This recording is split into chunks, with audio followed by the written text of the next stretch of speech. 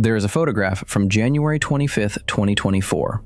It was taken outside Holman Correctional Facility in Atmore, Alabama. The sky is the color of wet concrete. A reporter is standing on the grass, microphone in hand, and her face is white. Not pale, white. She has just walked out of the witness chamber. She has just watched a man named Kenneth Smith thrash against leather straps for 22 minutes while nitrogen flooded his lungs. She is trying to describe what she saw, and the words are not coming. I am Blackwell, and this is where we begin. Every execution method in recorded human history was sold to the public with the same promise. It will be quick. It will be painless. It will be humane. Every single one of them, without exception, ended up doing the opposite. The guillotine was designed by a doctor who wanted to end suffering. The electric chair was marketed as a miracle of modern science. The firing squad was called the soldier's death. The gas chamber was described as falling asleep. The noose was calibrated to the decimal. The syringe was advertised as a medical procedure. And now, in this century, nitrogen hypoxia has been introduced as the gentlest method ever invented. Kenneth Smith took 22 minutes to die from it. 6 names, 6 final minutes, 6 warnings we ignored. Every method was born from the same lie, and every method ended the same way, with a witness walking out of a room unable to speak. Blackwell has spent years inside the archives of this particular kind of failure. The telegrams, the execution logs, the medical examiner reports, the leaked videos, the letters from wardens to governors begging them to change the protocol. And what emerges, when you lay them all side by side, is not a story about justice. It is a story about the human desire to kill cleanly and the stubborn refusal of the body to cooperate. We begin in Paris in the autumn of 1793 with a woman who stepped on a man's foot on her way to die. Her last words were, "Pardon me, sir, I did not do it on purpose." She said this to the executioner. She had stepped on his foot by accident while climbing the scaffold. Her name was Marie Antoinette, and she was 37 years old, and it was 12:15 in the afternoon on October 16th, 1793, at the Place de la Révolution in Paris. She had been born in Vienna in 1755, the 15th child of the Empress Maria Theresa of Austria. She arrived in France at 14 to marry the Dauphin, the boy who would become King Louis XVI. She was blonde, delicate, raised to smile in public and never to show hunger. She learned to speak French by copying phrases out of books at night. For 23 years, she was the Queen of France. For the last 11 weeks of her life, she was a prisoner in a stone cell in the conciergerie on the Ile de la Cité, with a single candle and a single chair and a guard who watched her sleep. The machine that killed her was less than 2 years old. It had been proposed to the National Assembly in October 1789 by a physician named Joseph Ignace Guillotine, who did not invent it, but whose name stuck to it anyway. Guillotine was an abolitionist. He hated the death penalty. He believed that if executions had to exist, they should at least be equal, that a common thief should die the same way as a duke, and that the process should be instant, mechanical, painless. He proposed a weighted blade that would fall at the pull of a cord. The assembly approved it. The first prototype was built by a German piano maker named Tobias Schmidt in the courtyard of a Paris workshop in the spring of 1792. They tested it on sheep, then on corpses stolen from a hospital. The blade worked. The executioners cheered. A new age had begun. The first human being to die on it was a highwayman named Nicolas Jacques Pelletier on April 25, 1792. The crowd booed. They had expected a show. The traditional French execution was a long, theatrical affair with broken bones and ropes and screaming, and instead they got a single second of silence and a head in a basket. The crowd actually shouted at the executioner, "Bring back our wooden gallows!" They felt cheated. That complaint did not last long. By the time Marie Antoinette climbed the stairs of the scaffold 18 months later, the machine had already killed hundreds. Within the next year, during what would be called the Reign of Terror, the number would reach 16,594. 16,594 human necks. The scream that came out of his mouth was described by witnesses as an animal sound. Marie Antoinette did not scream. She walked. Her hair had been cut short in the cell that morning by the executioner's assistant to expose her neck. Her hands were tied behind her back, which was a change from how noblemen and noblewomen had traditionally been killed, tied in front to preserve some dignity. She was dressed in a plain white chemise. She stepped up onto the scaffold, looked out at the crowd of around 30,000 people, and stepped forward. That was when her shoe came down on the executioner's foot, and she apologized. "Pardon me, sir, I did not do it on purpose." Those were the last words she ever spoke. A moment later, she was strapped to the bascule, the hinged wooden plank which tilted forward. The lunette, the half-circle block, came down over her neck. The cord was pulled. The blade fell. Her head was held up to the crowd. The crowd cheered. The crowd threw hats in the air. The crowd, Blackwell has read in letters written that same afternoon, began to dance. The machine had done exactly what it was designed to do. It had killed her in under a second. And yet the record of that afternoon is not a record of mercy. It is a record of a crowd that had turned death into entertainment, that had brought knitting and baskets of food to watch, that would continue to gather every day for another 9 months while the blade fell thousands of times. Guillotine, the doctor who had wanted to end suffering, lived until 1814. He spent the last 20 years of his life trying to have his name removed from the device. He failed. His family, after his death, petitioned the French government to change the name of the machine. The government refused. The doctor's own descendants were forced to change their own surname to escape the association. A device built to end cruelty had become the single most efficient instrument of mass death in European history up to that point. That is the first lesson. The lesson is not that the machine was evil. The machine was exactly what its inventor promised. The lesson is that the problem was never the machine. The problem was the people who decided who would climb the stairs. The guillotine remained in active use in France until September 10, 1977, when a convicted murderer named Hamida Jandoubi became the last person executed on it. 1977. Star Wars was in cinemas, Jimmy Carter was president of the United States, and in a courtyard in Marseille, a blade designed in the French Revolution fell on a human neck for the last time. France abolished the death penalty 4 years later. The machine still exists. It sits in a museum. Marie Antoinette was buried in an unmarked grave in the cemetery of the Madeleine, in a plot covered in quicklime. Her body was moved in 1815, after the Bourbon Restoration, to the Basilica of Saint Denis. The executioner who she apologized to, his name was Charles-Henri Sanson, retired the next year. He kept a diary. In it, he wrote one sentence about her death. The sentence was, "She was the bravest of them all." The machine that killed her is still in France. It works.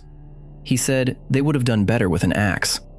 That was the telegram Thomas Edison sent to reporters the morning after William Kemmler became the first human being in history to be executed by electric chair. Blackwell has a copy of that telegram. It is 11 words long. It is dated August 7th, 1890. It was sent from Edison's laboratory in West Orange, New Jersey at 6:42 in the morning, less than 12 hours after Kemmler had stopped breathing. William Kemmler was born in Philadelphia in 1860, the son of German immigrants. Both of his parents were alcoholics. His father died of a work accident when William was 10. His mother drank herself to death before he was 15. He left school early. He became a peddler, selling vegetables out of a cart on the streets of Buffalo, New York. He was a drunk. He was a small, unremarkable man. He was living with a common-law wife named Matilda Ziegler in a rented room on South Division Street in Buffalo, and on the morning of March 29, 1889, after an argument over a missing pair of boots, he went down to the stable, got a hatchet, came back upstairs, and killed her with it. There were 26 wounds. He walked to a neighbor's house afterward and said, "I have just killed Tilly. I'll take the rope for it." He did not take the rope. In 1888, 1 year earlier, the state of New York had passed a law making electrocution the official method of execution, replacing hanging. The law would take effect on January 1st, 1889. Kemmler's crime happened 3 months after the law went into effect. He became, by accident of the calendar, the first man scheduled to die on the new machine. What he did not know, and what almost no one outside of a small circle of engineers and investors knew, was that his execution had already become a weapon in a commercial war. The war was between Thomas Edison, who sold direct current electrical systems, and George Westinghouse, who sold alternating current systems. Alternating current was cheaper, more efficient, and better for long-distance transmission. Edison knew he was losing, so Edison decided to make alternating current into a symbol of death. He funded public demonstrations in which stray dogs and cats were electrocuted with Westinghouse generators. He paid a man named Harold P. Brown to tour the country with a portable apparatus, killing animals in front of reporters. He quietly lobbied the state of New York to adopt alternating current specifically for the electric chair because he wanted the public to associate Westinghouse's product with human death. When the state agreed, Edison's people arranged for a Westinghouse generator to be smuggled into Auburn prison through a third-party buyer because Westinghouse himself refused to sell one for the purpose. Edison coined a verb. He called it being Westinghoused. Kemmler was taken to Auburn State Prison in upstate New York and held there for over a year while the appeals ran out. His lawyers argued that electrocution was cruel and unusual punishment, banned by the Eighth Amendment. The Supreme Court disagreed. The court ruled, in May 1890, that the method was humane because it was modern. The decision was unanimous. On the morning of August 6, 1890, at 6:38 a.m., William Kemmler was led into a small basement room at Auburn Prison. The room had been painted white. There were 17 witnesses, including doctors, prison officials, and reporters. The chair was made of oak, with leather straps, a metal headpiece, and a sponge electrode soaked in salt water. Kemmler was calm. He shook hands with the warden. He said, "Take your time and do it right." He sat down. The straps were tightened. The electrode was pressed to the back of his shaved head. The warden nodded to the executioner, who was hidden in an adjoining room. The switch was thrown. The current ran for 17 seconds. Kemmler's body went rigid, the straps strained. A doctor stepped forward and pronounced him dead. And then someone in the room shouted. Kemmler's chest had moved. He was breathing. He was making a sound, a low, wet groaning noise. Foam was coming out of his mouth. The witnesses began to scream at the warden to do it again. The warden ran back to the switch room. The current was thrown a second time. This time it ran for 70 seconds. The smell of burning hair filled the basement. The smell of burning flesh followed. Smoke began to rise from Kemmler's head, from the spot where the electrode met his skin. One witness vomited, another fainted. A reporter from the New York Herald wrote in his dispatch that night, "The experiment was a failure, and the fact that the man is dead does not alter the verdict." The total time from the first switch to the moment Kemmler was finally pronounced dead was approximately 8 minutes. The autopsy showed that his brain had been cooked solid. The skin on his back had been burned through to the spine. Edison's telegram went out the next morning. "They would have done better with an axe." He repeated the line to every reporter who asked. He kept repeating it for years. He had won. Westinghouse alternating current was now, in the public mind, the death current. The phrase being Westinghoused entered American slang. It did not last.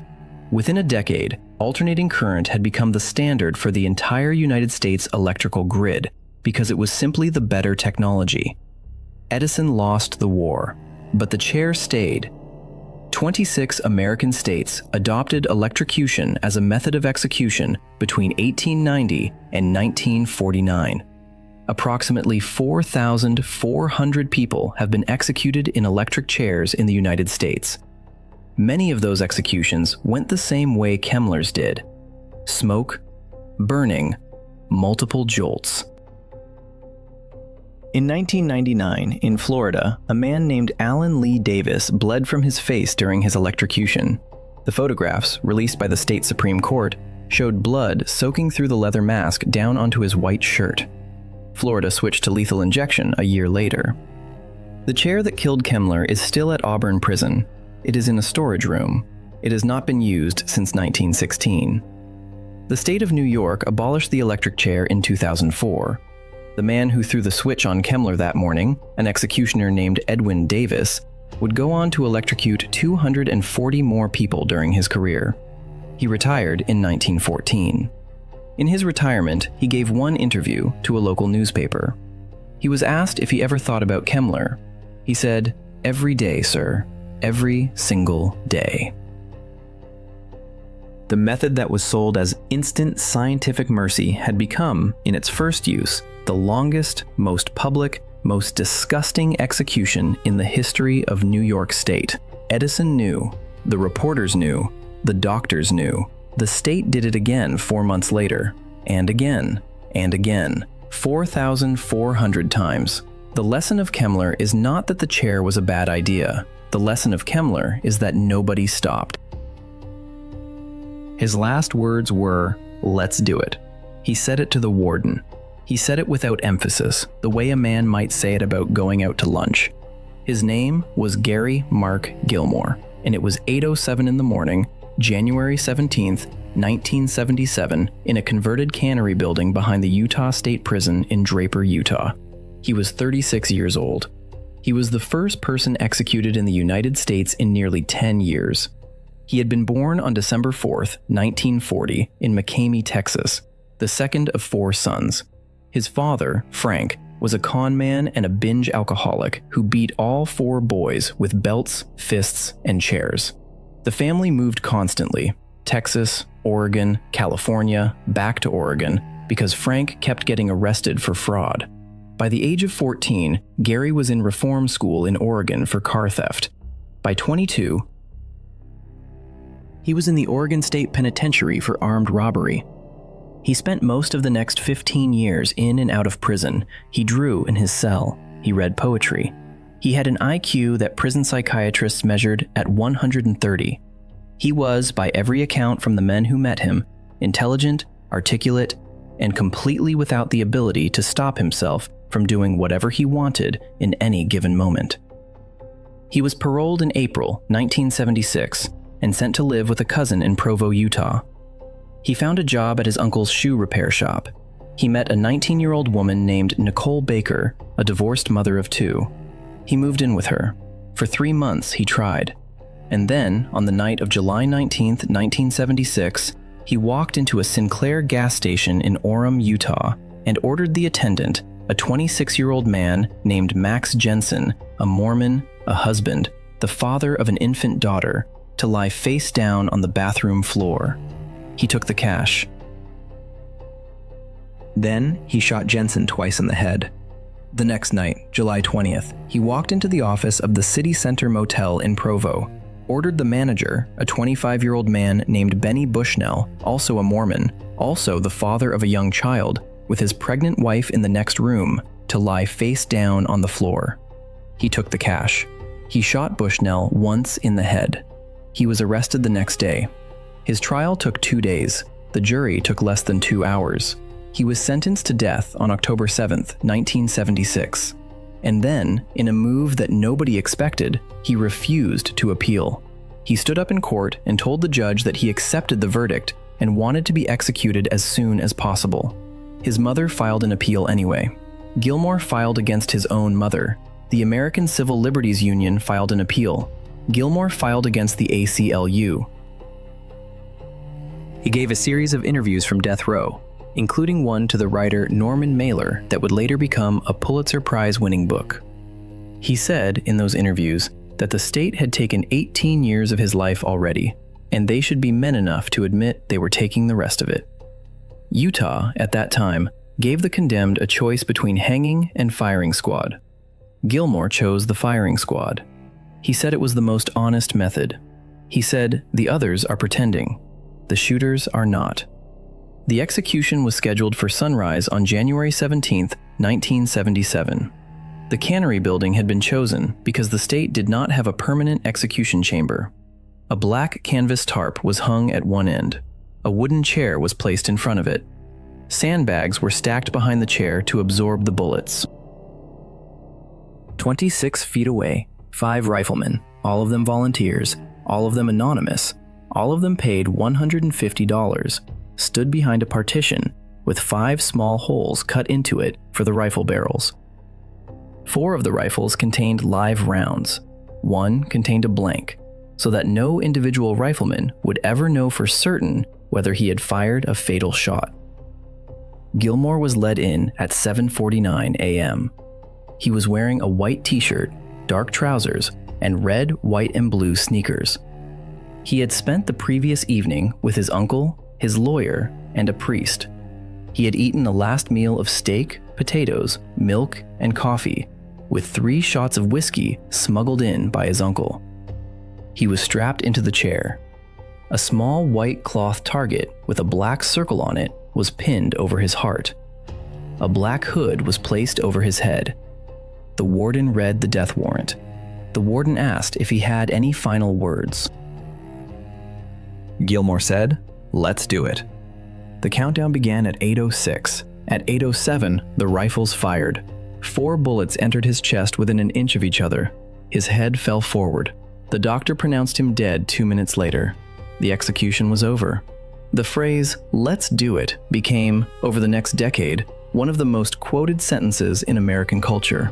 In 1988, an advertising agency in Portland, Oregon, working for a sportswear company headquartered in the same state where Gilmore had been raised, was looking for a slogan for a new athletic shoe campaign.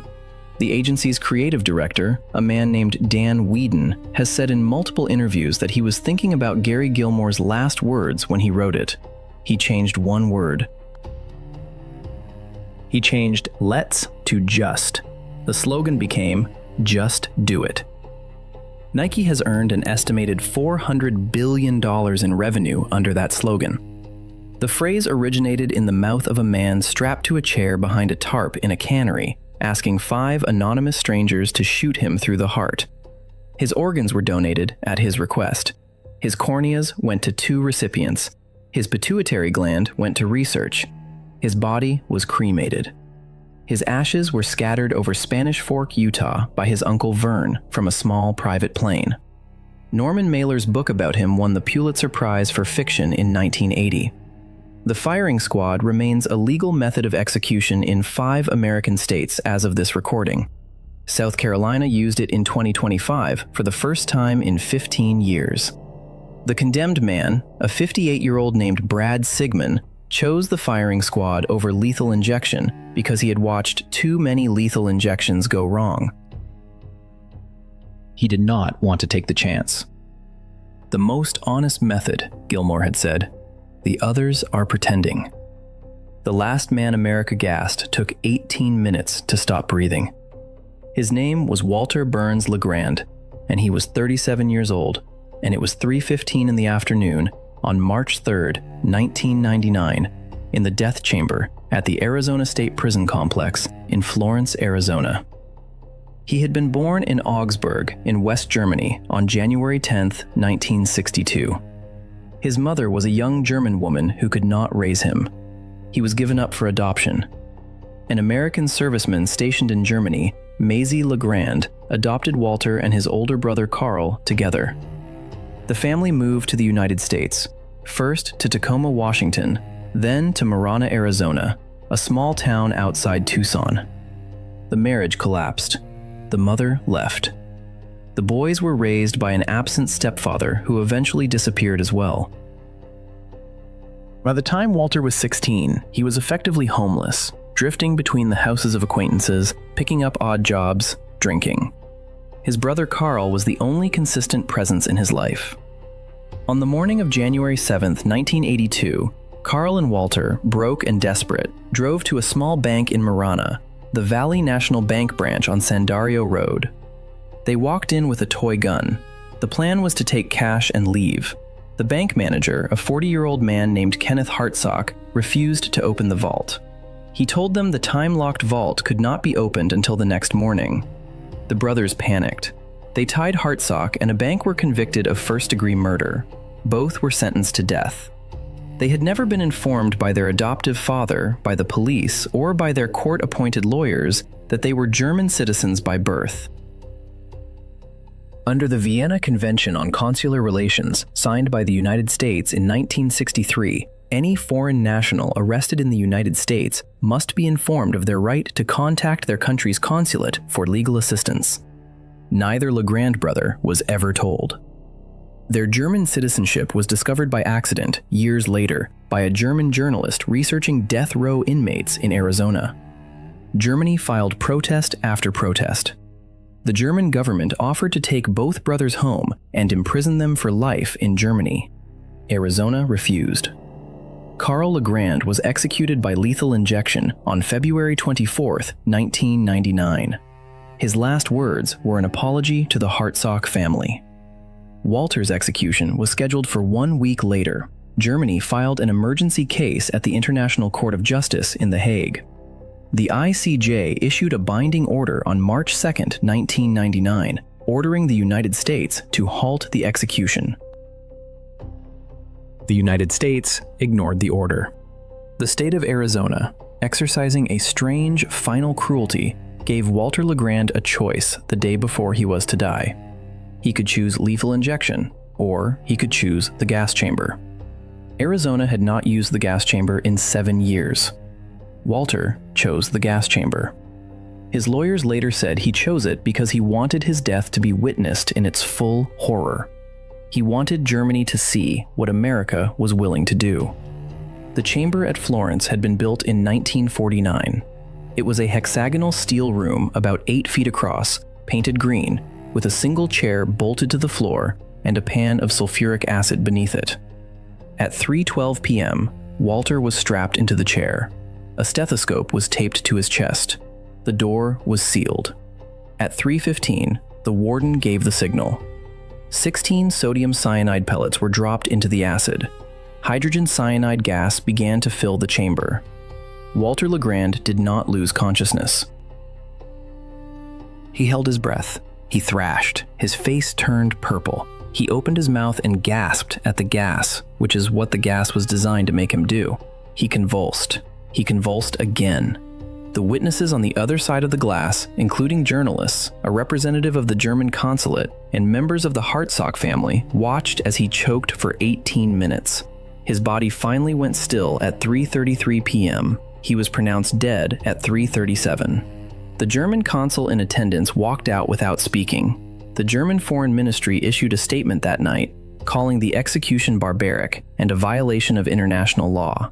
The International Court of Justice ruled, 2 years later, that the United States had violated the Vienna Convention. The ruling carried no penalty. No American official was ever held accountable. Walter LaGrand became the last person executed by gas in the United States in the 20th century. Arizona retired the chamber the following year, but it did not destroy it. The chamber still exists. It still works.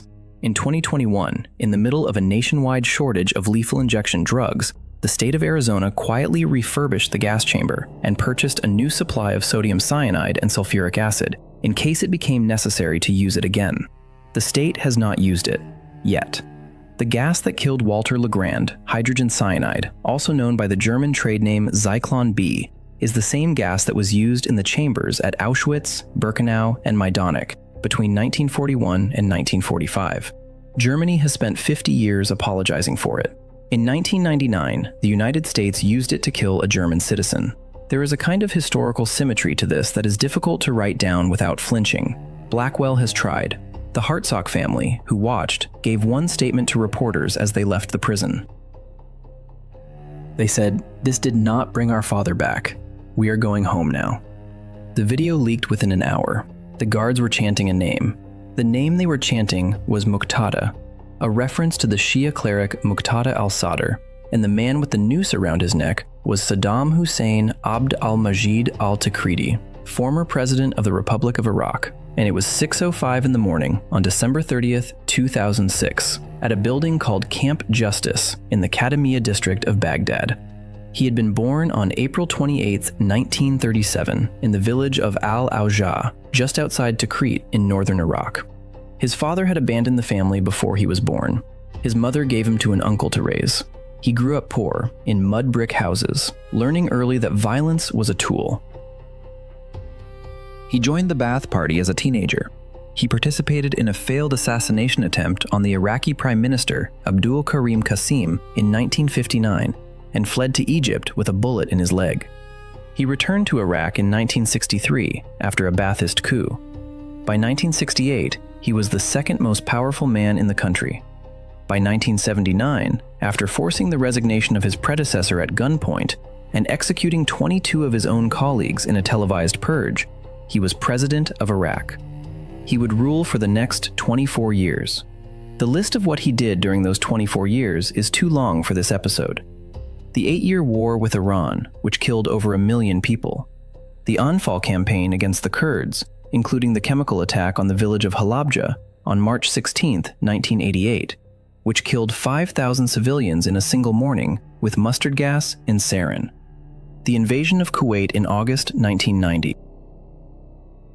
The mass graves later excavated in southern Iraq, containing the bodies of an estimated 250,000 Shia Muslims executed after the failed 1991 uprising, and the specific crime he was eventually hanged for, the Dujail massacre of 1982, in which 148 men and boys from a single Shia village were tortured and executed in retaliation for a failed assassination attempt on his motorcade.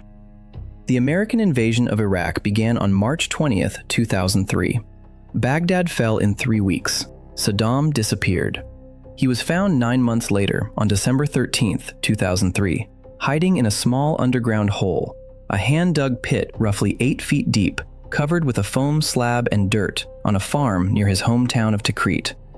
He was filthy, bearded, and unarmed. He had a pistol he did not draw. He surrendered to American soldiers with the words, "I am Saddam Hussein. I am the president of Iraq. And I am willing to negotiate." The American major who pulled him out of the hole replied, "President Bush sends his regards."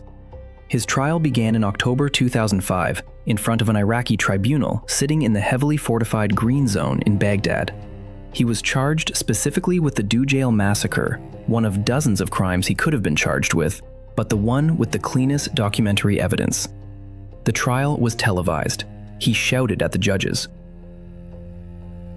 He refused to recognize the court's authority. He held up the Quran. He called the Americans invaders. He was, throughout, theatrically defiant. On November 5, 2006, he was convicted and sentenced to death by hanging. The execution was rushed. It was scheduled for the dawn of December 30th, the first day of the Eid al-Adha festival for Sunni Muslims, a deliberate insult since Saddam was a Sunni and Eid is a holy day. He was flown by American helicopter from his cell at Camp Cropper to the gallows at Camp Justice in Kadamiyah, a Shia neighborhood. American forces handed him over to Iraqi government executioners at 5:45 a.m. He was wearing a black overcoat, a white shirt, and black trousers. He carried a Quran, which he asked be given to a friend. He climbed the 13 steps of the gallows without assistance. The Iraqi executioners offered him a black hood. He refused. He looked down at the men gathered at the base of the platform. They began to chant, "Muqtada, Muqtada, Muqtada." He smiled. He said, "Is this the bravery of Arabs?" He began to recite the Shahada, the Muslim declaration of faith. There is no God but God, and Muhammad is his messenger. He said it twice. He was halfway through the second recitation when the trapdoor opened. The drop should have been calculated. The standard British long drop method, used by professional hangmen for over a century, requires a precise calculation based on the condemned man's body weight, height, and neck musculature in order to produce a clean break of the cervical vertebrae and instant death. The men who hanged Saddam Hussein did not perform that calculation. The drop was too long. His neck did not break. It tore. The official autopsy, conducted by American doctors hours later, recorded that the rope had partially severed his spinal cord and ruptured his carotid artery. He died in seconds, but the manner of death was, by every professional standard of execution, a botched hanging.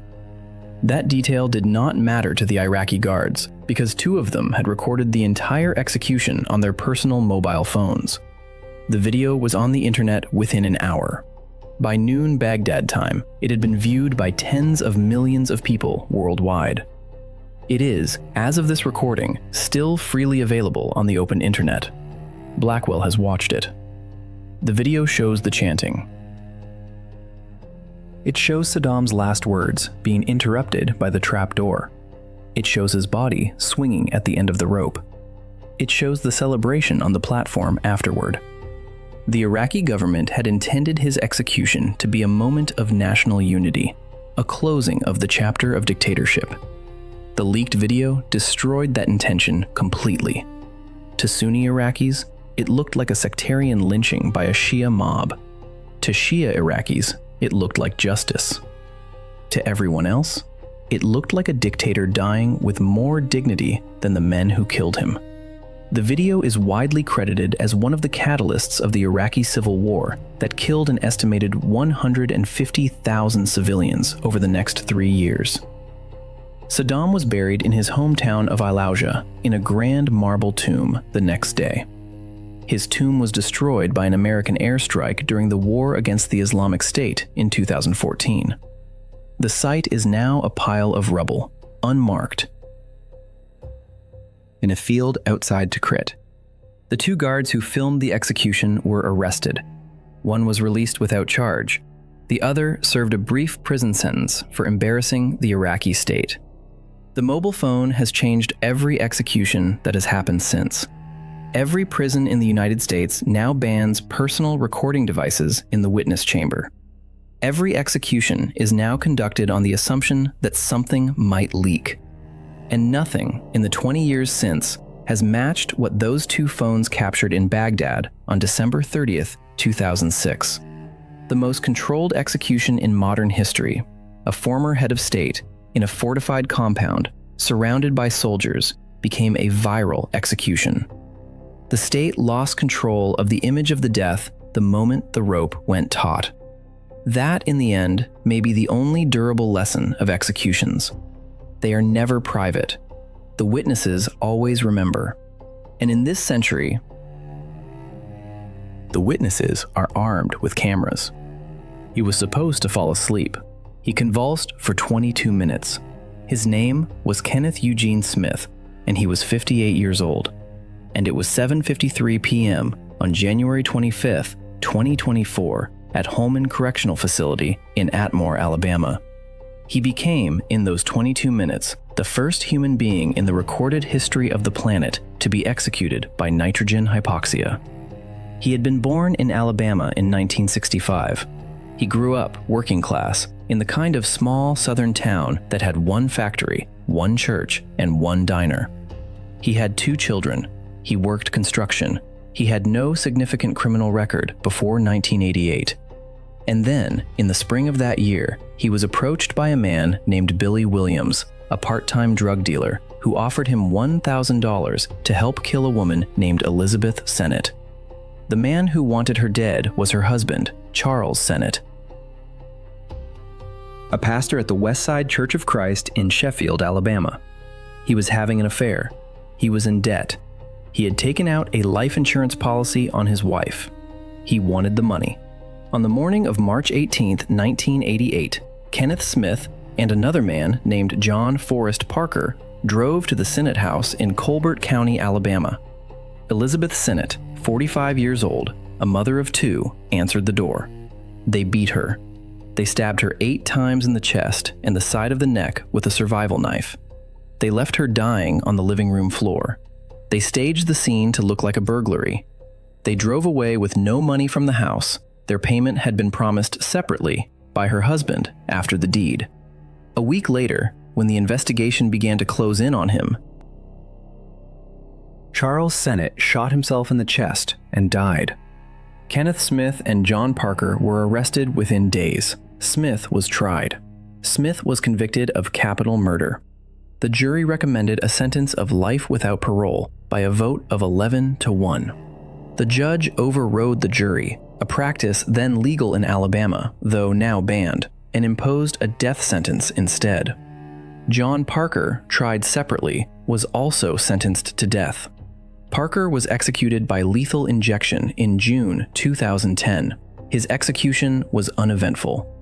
Smith waited on death row for another 14 years. His first scheduled execution date was November 17, 2022. He was brought to the execution chamber at Holman. He was strapped to the gurney. The execution team tried for over an hour to establish the 2 intravenous lines required by the Alabama lethal injection protocol. They stuck him with needles in both arms, both hands, both feet, both sides of his neck. They stabbed his collarbone with a central line catheter. They could not find a vein. The execution was called off at the last minute because the death warrant was about to expire at midnight. Smith was returned to his cell alive. He was, as far as any researcher has been able to determine, the first condemned man in modern American history to survive his own execution. He sued the state of Alabama, arguing that executing him a second time would constitute cruel and unusual punishment. The courts ruled against him.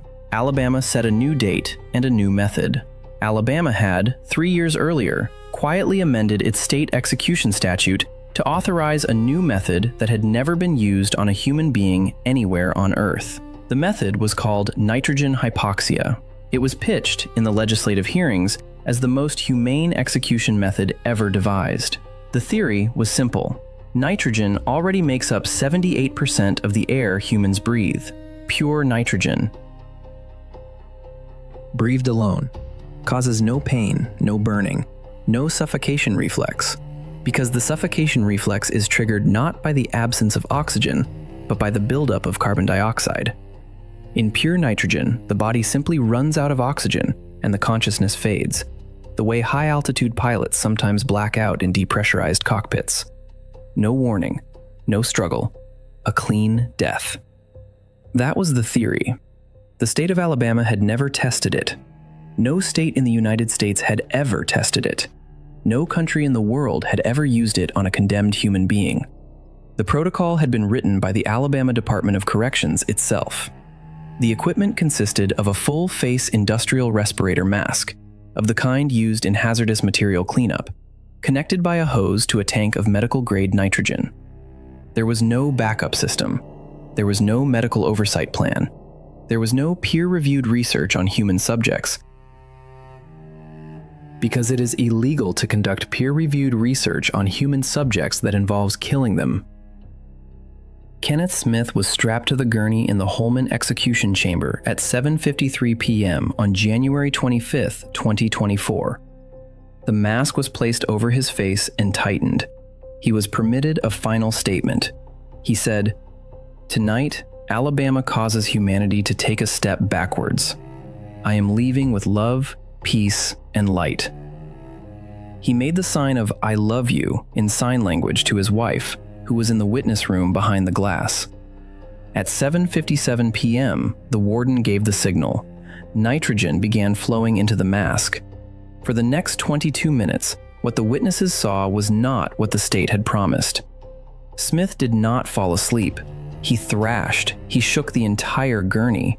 He convulsed so violently that the leather straps strained. He gasped for air. He pressed his face forward against the mask. He held his breath. He exhaled. He held it again. At one point, he appeared to vomit into the mask. His body arched off the gurney and slammed back down. A prison spokesman, standing in the witness room, told reporters that what they were seeing was involuntary muscle movement and was expected.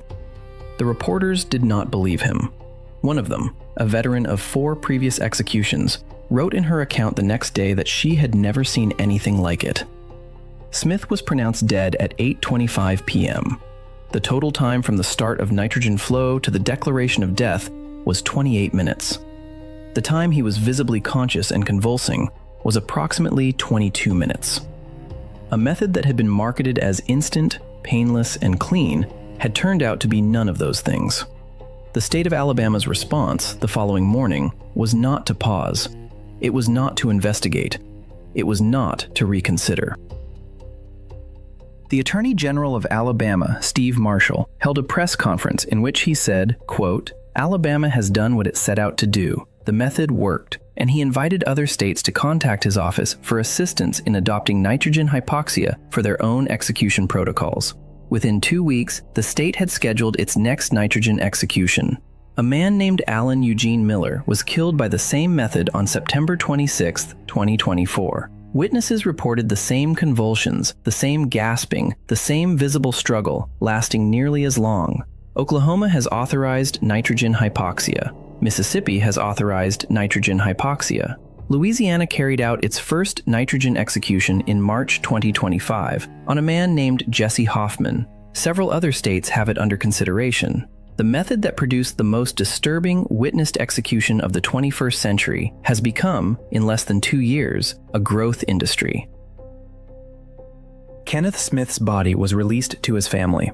He was buried in Alabama.